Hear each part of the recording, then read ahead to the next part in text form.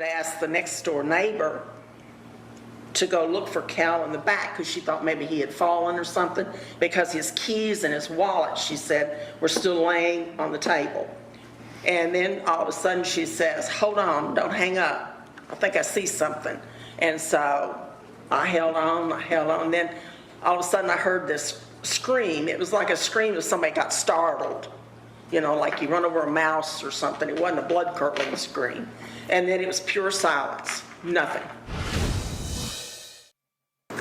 In December of 2015, you learned that the AT&T store on Fort Campbell Boulevard in Hopkinsville had come into possession of Pam Phillips' cell phone. Is that right? That's correct, sir. Did you get a call from an AT&T employee? No, sir. Good dispatch? Yes, sir. Okay, and did you respond to the AT&T store? I did, sir. Okay, and I believe your report indicates you watched video. The store itself had surveillance video. I did, sir. And you watched that video, and it was clear that Joan Harmon was the person who brought this phone in. It appeared that way, yes, sir. Okay. You retrieved the phone from the AT&T store. It had already been wiped or restored to factory settings. Is that Correct, right? sir. Mm-hmm. In fact, while you were still in the store, you got a call from Joan Harmon, didn't you? I believe that's correct. She was trying to tell you the story about how she came. Sustained. Judge, can we approach? All right, let me put these pieces together, and Julie Jeanette, I want to confirm some things with you. Got a note from a great viewer, Bob in Portland, Oregon, and I think he makes a great point here. If she's on the phone and then screams, we all think this is the moment that she dies, and then Joan is the one who then has her phone? Like, how does she get that phone? She's got to be at the scene of the murder to get the phone.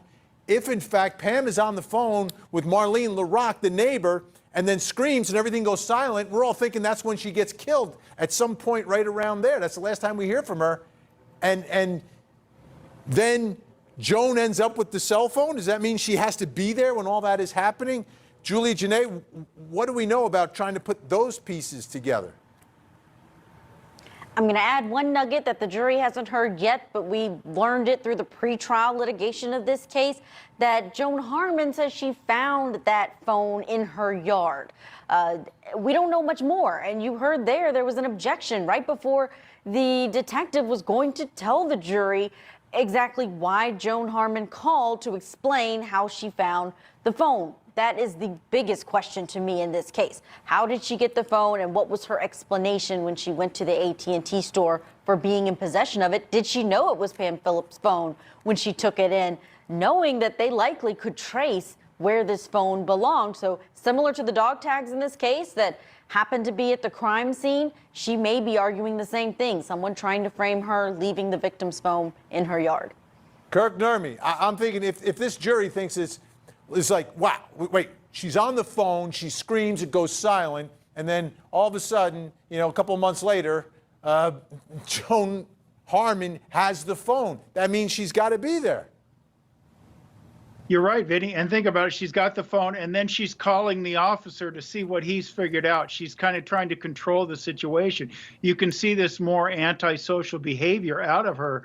And whether that exact link can be drawn through evidence, the inference is clear that she's involved in this. And the defense has done a good job of painting that inference and taking the blame off their client and towards someone else. Yeah, and it's like I'm waiting for some gas can evidence at this point, Kirk, and I know you know what I mean.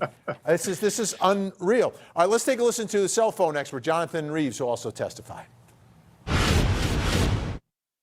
Could those two phones have been in the same place? No, absolutely not. They're too far apart, just not just geographically, but by the number of cell sites that are between them. Any one of those other cell sites between Elkton or Pembroke and Fort Campbell, there's numerous sites. Any one of those would serve those calls before Elkton would. So it's physically impossible that those devices were at the same place for the vast majority of the day. I mean, early 8 a.m., they possibly could have been both in Pembroke. But after that, they would have been distinctly separate.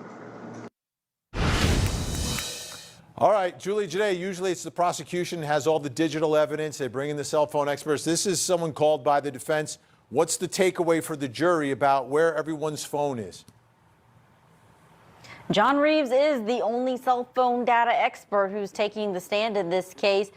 The gist of his testimony is that based on these towers that are many, many, many miles apart, there are only a few that the Pembroke area can connect to, but that it confirms that Martin's phone was at home at the time that he said he was at home and not out dumping bodies around Rosetown Road. Also, that it's clear that Pamela Phillips' phone was traveling in an opposite direction of Christian Martin's phone during the time after the murders. Now, this is the exact opposite that the state initially used to get the indictment of Christian Martin.